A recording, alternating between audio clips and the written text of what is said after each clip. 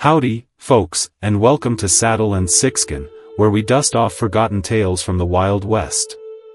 We're glad you're here to join us. Are you ready for a tale of hidden secrets, daring rescues, and the redemption of a broken town? Then settle in, because this one's a real doozy. And right at the beginning, if you enjoy this kind of story, please do like and subscribe to Saddle and Sixskin. Now, let's mosey on back to Red Hollow, Texas, in the spring of 1885. They laughed when he bought the abandoned barn for $1, but that laughter soon turned to whispers when the townsfolk discovered the chains in the basement. The sky over Red Hollow was the color of old tin, all dull and bruised. Dust hung low across the flatlands, and the wind whistled through the leaning fences like it remembered something terrible. On the porch of the sheriff's office, a group of men laughed hard enough to cough. One of them shouted, "He paid a whole $1 for it." Haughter followed like gunfire.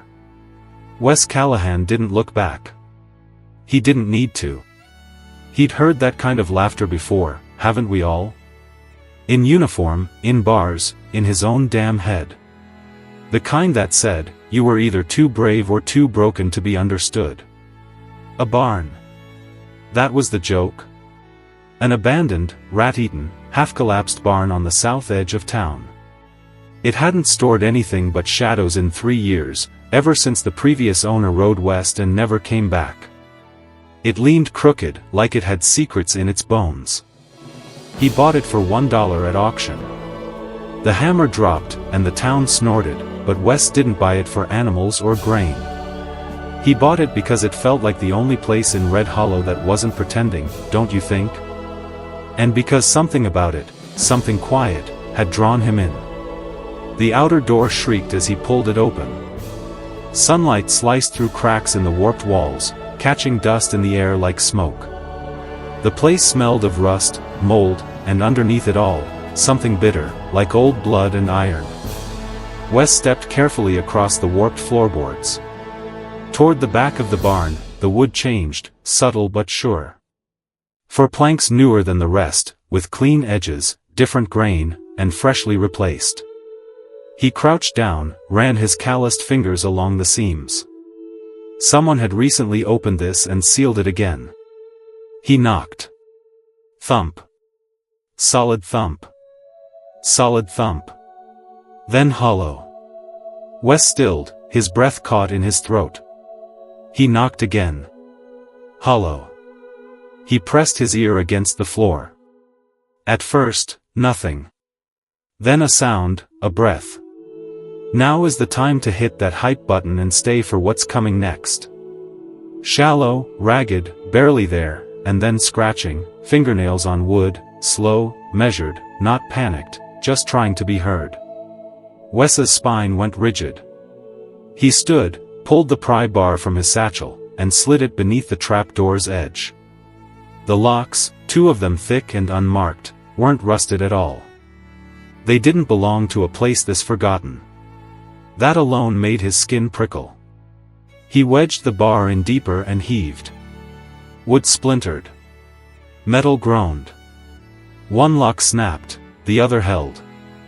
Another sound came from below, whimpering. Wes's heart beat hard against his ribs. He grit his teeth and pushed again. The second lock gave way with a screech. He lifted the trap door slowly. The hinges groaned, and a cold, damp draft rose to meet him. He lit his oil lamp and lowered it down into the dark. At first, only shadows. Then metal chains. Then eyes. She moved before he had time to think. A woman launched from the darkness, dragging a length of chain still clasped around one wrist. Her other arm swept something, her child, behind her as she rose like a feral spirit from a nightmare. Her face was dirt-streaked, sunken, jaw clenched with fury and fear. She raised the broken chain like a weapon and screamed, "Stay back."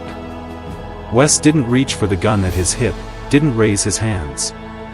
He did the one thing no one in that town would have expected. He sank slowly to his knees, lowered the lamp beside him, and said nothing. Then he held out one hand, palm up, unarmed, unmoving. The chain in her grip trembled. "I didn't buy this barn to store anything," Wes said quietly. "I bought it to save someone. I just didn't know who." The silence that followed was louder than any gunshot.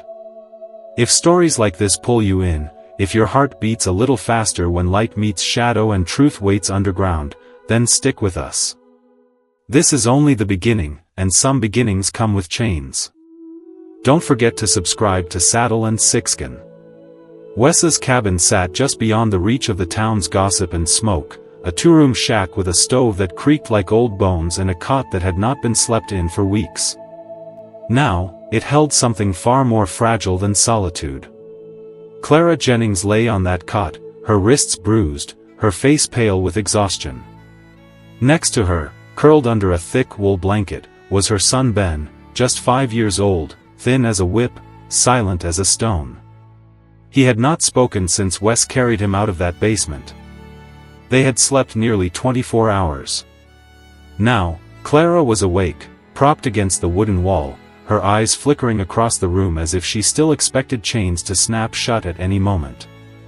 Wes handed her a cup of water and a piece of bread. She took both with trembling hands but did not speak.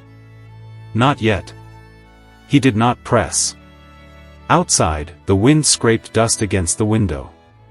The barn sat quiet across the rise, but Wes's mind hadn't stopped since the moment he saw her eyes in the dark. The marks, the chains, the smell. That place was not just forgotten. It was used recently, repeatedly, and he needed to know for what. Clara finally broke the silence. Her voice was dry, broken, like it hadn't been used in days.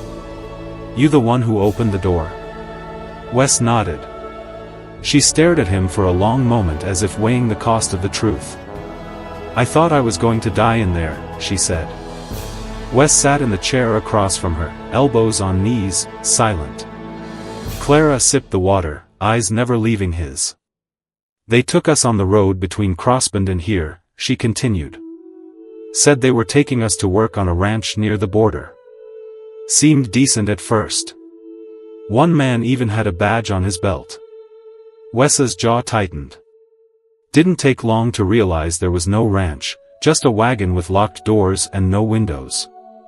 They had 4 other girls already, all younger, all scared out of their minds. She paused, looked at Ben, who slept soundly beside her. "They moved us at night, stopped once for food, then nothing.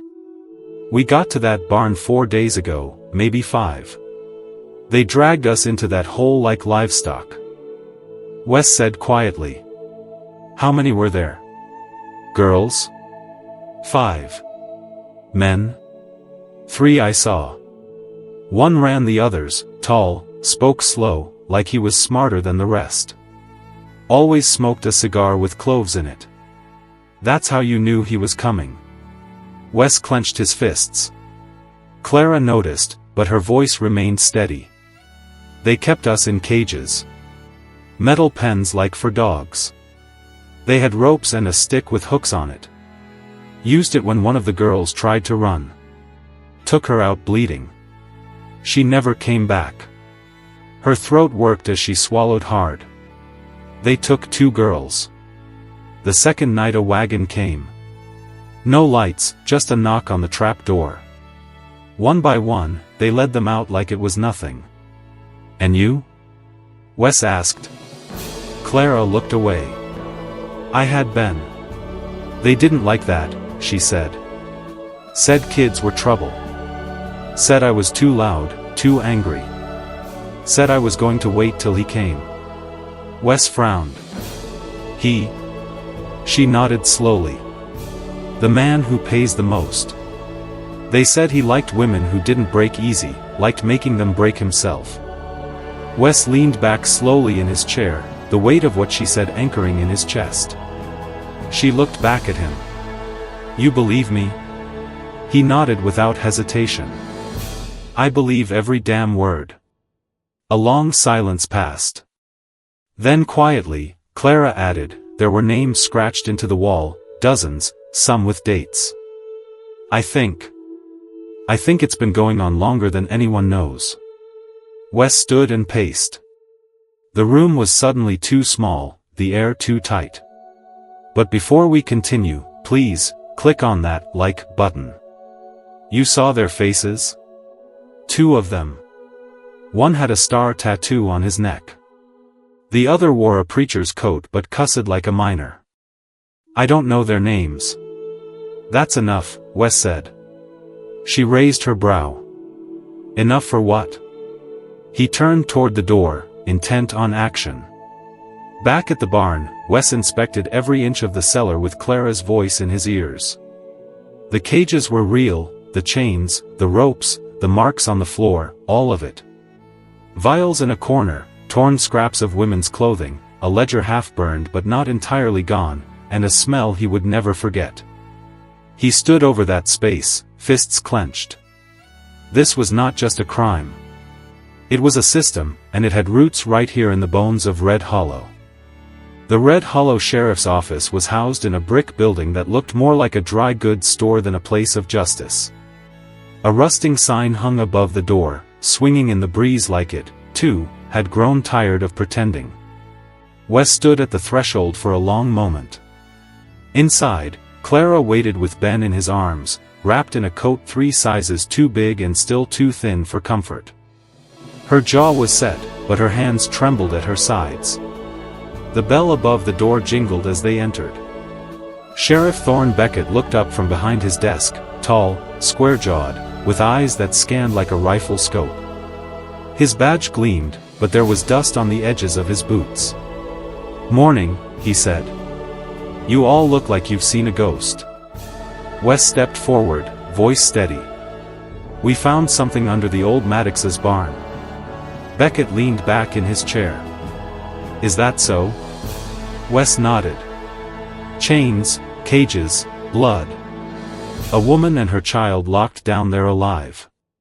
Beckett's smile didn't falter, but something flickered in his eyes. Clara stepped forward, her voice low but clear.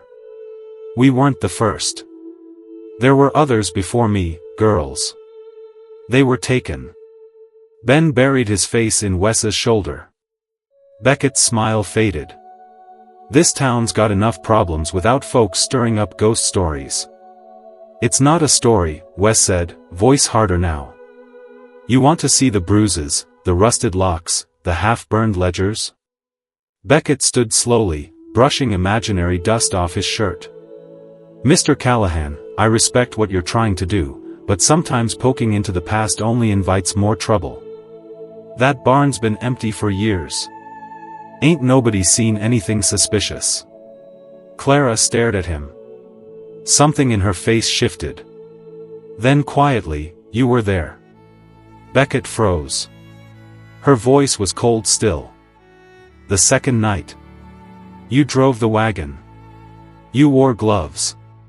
Your hat sat low, but I saw your face in the lamplight when you passed me to the next man. I remember your voice." The room went still. Wes didn't move. Beckett's hand twitched near his belt, but not for the gun, just enough to remind them it was there. "I think you're confused," Beckett said evenly. "Stress can do strange things to memory. You were in a rough spot, ma'am. Maybe you dreamed it." "I didn't." The silence was thick. Then Beckett spoke again, softer, as if offering a compromise. "This town runs on stability. The church, the ranches, the supply lines all depend on peace. You go spreading rumors about kidnapping rings and sheriff involvement. People panic. Prices drop. Investors pull out. Families lose work. We can't have that, can we?" Wes took a step forward. "You're saying it's better to let it continue?" Beckett's eyes met his. "I'm saying some truths do more damage than good. If someone's been using that barn for bad business, well, that's unfortunate, but there's no hard evidence. Not unless you want to make yourself a target." "I don't scare easy," Wes said. Beckett's voice turned sharp. "No, but the people around you might, women, children. You bring the wrong kind of attention to this, and someone else ends up in a hole." The unspoken threat settled heavy. Clara looked at Wes. Wes looked at Ben, then back at Beckett. "This ain't over," Wes said, voice low. "I reckon it is," Beckett replied. "Don't forget to subscribe to Saddle and Sixskin." As they turned to leave, Beckett added casually, "Best you put that girl on a train out of here. New faces stir up old stories. Let the dust settle, Callahan." But Wes didn't answer. Back outside, the sky was high and harsh. Clara's legs almost gave beneath her, but Wes caught her before she fell. "That was him," she whispered. "It was him. I knew it." Wes nodded. "I believe you." She looked at him. "Now what?" He didn't speak for a long moment. Then finally, "Now we stop pretending Red Hollow's clean. Now we show the filth to the light." She stared at him, trembling, but in her eyes, just for a second, there was fire. The train to El Paso wouldn't arrive until morning, but Clara had already packed. A small sack sat at the edge of Wes's table, what little she owned folded neatly inside, a worn dress, a cracked photo, and a pair of shoes missing a heel. Ben slept curled on the cot by the fire, his breathing shallow but steady. Wes stood by the door, silent. "I appreciate what you've done," Clara said, voice flat. "But I can't stay here. I won't let Ben grow up in a town where the floorboards breathe and no one listens." Wes nodded. He didn't try to argue. Instead, he walked to his workbench and opened a drawer. From it, he pulled a small leather notebook, edges scuffed, the cover cracked from years of use. Beside it, he placed a stubby blacksmith's pencil, its tip worn nearly to the wood. He set them gently on the table between them. "No one's asking you to stay," he said. "But before you go, maybe write down what happened. Not for me, not even for Ben." Clara stared at the items. "For who, then?" she asked. "For the one still down there, or that might be one day," she didn't respond. "I figure," Wes continued. "A truth locked in your head dies with you, but a truth written down, it lingers." She hesitated. Wes didn't push. He picked up his coat and stepped out into the wind, leaving the door slightly ajar. Alone in the room, Clara sat. The fire cracked. Outside, horses whinnied from the stable. She looked at the notebook, then at Ben. Then slowly, carefully, she sat down, opened the cover, and stared at the first blank page. Her hand trembled as she touched pencil to paper. Day 1. The words were barely legible at first, written in a shaky scrawl. "They tied my hands to the rail." Eliza was already there. She couldn't speak. "I think they cut her tongue." Clara stopped, her breath catching in her throat. The memories came too fast, too loud. She closed her eyes, then wrote more. Day 3, they took her away. I tried to hold her hand, but it slipped from mine. I never saw her again. The fire popped. She wrote slower now, but steadier. The men always came at night, boots on wood, chains rattling. Sometimes they joked. One said I was too much trouble. They said they'd wait until he came back to decide what to do with me and the boy. She paused again, looked at Ben's sleeping face, then continued. Day 6, no food, no light. I told Ben stories from the Bible, even though I couldn't remember most of them. He held my hand and said, "We'll get out, Mama." He was the strong one. Tears blurred her vision, but she kept writing. Each sentence burned into the page like a scar, not polished, not poetic, just the truth. When Wes returned hours later, the oil lamp still glowed. Clara didn't look up. Her hair was loose, her fingers smudged with graphite. The notebook was half full. She finally whispered, "I thought writing it would make it worse, but it didn't." Wes walked to the table, picked up the notebook, and thumbed through the first few pages. He didn't speak. He just closed the cover and looked at her. "Thank you," he said. She nodded, her voice steadier now. "I don't know if I can stay." "That's fair, but I think I need to see this through." Wes didn't smile, he just stepped aside, motioned to the chair at the head of the table. "You're not the only one who needs to know what happened. This," he tapped the notebook, "might be the first nail in their coffin." Clara looked down at her hands. "They tried to erase us," she said. "They failed." Outside, the wind picked up, brushing against the old boards of the cabin like a whisper too long silenced. But inside, something had shifted. Not hope, exactly. Something quieter, more dangerous. Resolve. The White House looked dead in the dark, just another rotting shell on the edge of Red Hollow, where shadows clung tighter than justice. But inside, the air breathed differently. Tonight, Wes crouched in the brush 50 paces from the side entrance, flanked by 2 other blacksmiths and a farmhand named Ellis, who owed him a debt older than law. Their hammers had been dulled to look like tools, not weapons. But the weight behind them hadn't changed. From the front, Clara walked alone. Her hands were bound loosely behind her back with twine she could snap in seconds. She had dusted her dress to look like she'd been wandering, begging, her hair tied down to hide the fire in her eyes. The guard at the door squinted, then leaned forward. "Well, I'll be," he muttered. "The runaway dove comes fluttering back." Clara dropped to her knees. "Got nowhere else," she whispered. "You said he'd pay more for girls who didn't fight." "I can be quiet now." The man snorted. "I doubt it, but quiet don't matter long. Truck's coming soon." He opened the door. Clara hesitated. He grabbed her elbow roughly. "Too late for second thoughts, sweetheart." But Clara didn't resist. She stepped inside the warehouse and past him just long enough to slide the knife from his hip. Outside, Wes saw the signal, a flicker from the upper window. Once, twice, hold. He nodded. They moved. The side door came off with a push and a groan of rusted hinges. Inside, the smell hit first. Sweat, blood, oil. The trap was sprung. Ellis took the first man clean with the butt of a hammer.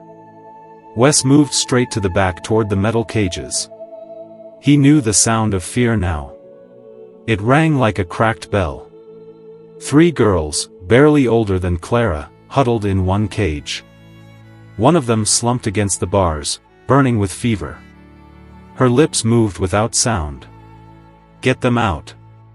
Clara shouted. She held the guard's knife now, blood on her wrist where rope had bitten earlier. Wes tore at the cage's bolt. It was newer than the others. He glanced around for something, anything, then slammed his shoulder into the lock. It gave with a crack and a flare of pain through his wounded side, but the door swung. Then, chaos from the upper loft. 2 more men jumped down. One lunged at Clara. She ducked and drove her blade upward. Another scrambled toward the door trying to call for help. Wes tackled him mid-step. Then he heard it. Ben screamed. He turned, and time slowed. A man had slipped past them all, had grabbed the boy from behind a stack of crates. Ben thrashed, kicking, crying out. Wes didn't think. He dropped everything and charged. The man pulled a knife. "Back off, or the kid gets it." Wes didn't stop. The blade flashed. Pain tore through his shoulder. Still, he didn't stop. He slammed into the man, arms wrapping around Ben and twisting the attacker's wrist with everything he had. They fell in a heap. Ben screaming, Wes bleeding, the attacker cursing. The knife clattered across the floor. Before the man could reach it, a blur of movement. Clara. She had picked up a length of chain. With a scream that ripped from her throat, she swung it wide, full arc. The steel struck the man's back with a crunch. He fell, stunned. Clara didn't stop. She struck again, then dropped the chain, panting. Wes rolled to his knees, still holding Ben. The boy clutched him, shaking. "It's okay," Wes whispered. "You're okay. I got you." Behind them, the fire in Clara's eyes burned. But it wasn't vengeance anymore. It was resolve. The chain still hung in her hand, dripping red. The man who once used it to bind was now bound by it, and the woman who once wore it, she had broken its power. Morning came with a stillness too sharp to be peace. It was the quiet of breath held, of truth, walking through a door it had been locked behind for too long. At the center of Red Hollow's town square, Wes stood on the old well platform, his shirt still blood-stained, shoulder wrapped in a bandage. Beside him stood Clara, her eyes steady but pale, clutching the leather-bound notebook. The townspeople gathered slowly, whispering. Wes raised his voice, not loud, but unshaking. "This town laughs at ghosts. Pretends evil only rides from outside, but it has been riding under our boots the whole time." He held up the notebook. "And here are the names of girls taken, what they wore, what they said before they were dragged into chains. Written by someone who survived it." Clara stepped forward, opened to a page, and read. Eliza had a red ribbon in her hair. She said she liked horses. On the third night, they took her. I heard her scream once. Then nothing. Eliza screamed. Silence. Then Wes laid out the second piece, a sketch he'd made with measurements detailing the basement, every cage, every shackle. "We broke into that place last night," he said. 3 more girls were about to be loaded onto a wagon. One of them had a fever of 104. Another hadn't eaten in 3 days. And Ben, he paused, looking at the boy in the crowd. Ben was nearly taken again. He turned to the sheriff's office. "Beckett, come out here." The door creaked open. Sheriff Thorne Beckett stepped out, hat in hand, face unreadable. "You making accusations now, Callahan?" "I'm laying down evidence." Clara stepped forward again, her voice clear now. "You remember me, Sheriff? You helped load us in Sweetwater. You said I'd get a job in Waco. You looked right at me." Beckett's jaw clenched. "Ma'am, that's a serious." "Do you remember the necklace I wore?" she interrupted. "Silver Cross. My husband gave it to me before he died. I begged you not to take it. You told me pretty things make you weak." Gasps in the crowd. An old woman stepped forward, clutching a photograph. "My niece vanished on the road to San Angelo 2 years ago. Her name was Eliza. She had a red ribbon." Others murmured. One by one, voices rose, stories of sisters, cousins, daughters, too many gone, too long ignored. Wes turned to the mayor. "You want to pretend this town's clean, or do you want to take out the garbage in broad daylight?" The mayor, a man with more sense than courage, looked at the growing fury in the square and nodded to the deputy. "Arrest him." Beckett went for his gun. Wes was faster. He didn't draw. He just stepped forward and punched the sheriff so hard his knees buckled. The deputy cuffed Beckett while he was still dazed. The rest, 3 men from the warehouse, 2 more from the town shipping yard, were arrested within the hour. No one resisted. Not with 20 witnesses, not with Wes staring them down. The cage had broken, and light poured in. The old barn stood silent again, but no longer in fear. Smoke curled from its roof. This time from a forge, not a fire set in malice. Inside, Wes worked beneath the morning sun, cutting through broken boards. The floor had been scrubbed clean. The rusted chains, all of them, now lay coiled like snakes, awaiting rebirth. He fed them into the forge, one by one. They hissed. He shaped them into handles, hinges, rails, things that opened, held, welcomed. Wherever once there were shackles, now there would be doors. And outside, hammers rang, not with dread, but purpose. Clara stood at the barn's entrance, sleeves rolled, sleeves smudged with dust. Around her, women from the rescue cleaned, painted, patched walls, and sewed curtains. Each of them had a scar. Each of them had a name. They wore both openly. On the main beam above the door, Clara painted in bold black strokes, "The Red Hollow Haven, a place where no one waits in chains again." Behind her, little Ben dragged something across the dirt, a wooden sign he'd carved with Wes's old chisel. He held it up proudly, though it was crooked and misspelled, "No one gets tied here no more." Everyone laughed, then teared up. Clara knelt down beside him. "May I fix the grammar just a little?" she whispered. Ben pouted. "But I like it that way." She kissed his forehead. "Then we'll leave it just as it is." They hung the sign right beneath the new door handle, the one Wes had forged from the chain that had once held Clara herself. That night, Wes sat alone on the porch steps of the barn. He ran his hand along the warm wood beside him, where there used to be iron. Clara walked up quietly, carrying 2 mugs of strong coffee. "You worked all day," she said. "So did you." She sat beside him. They looked at the barn, no longer a place of shadows. Its windows glowed. Inside laughter rang, and somewhere, someone strummed a broken guitar they had found behind the tool shed. Wes stared ahead for a long moment. Then quietly, "They used to come here to vanish." Clara nodded. "Now they come to be seen."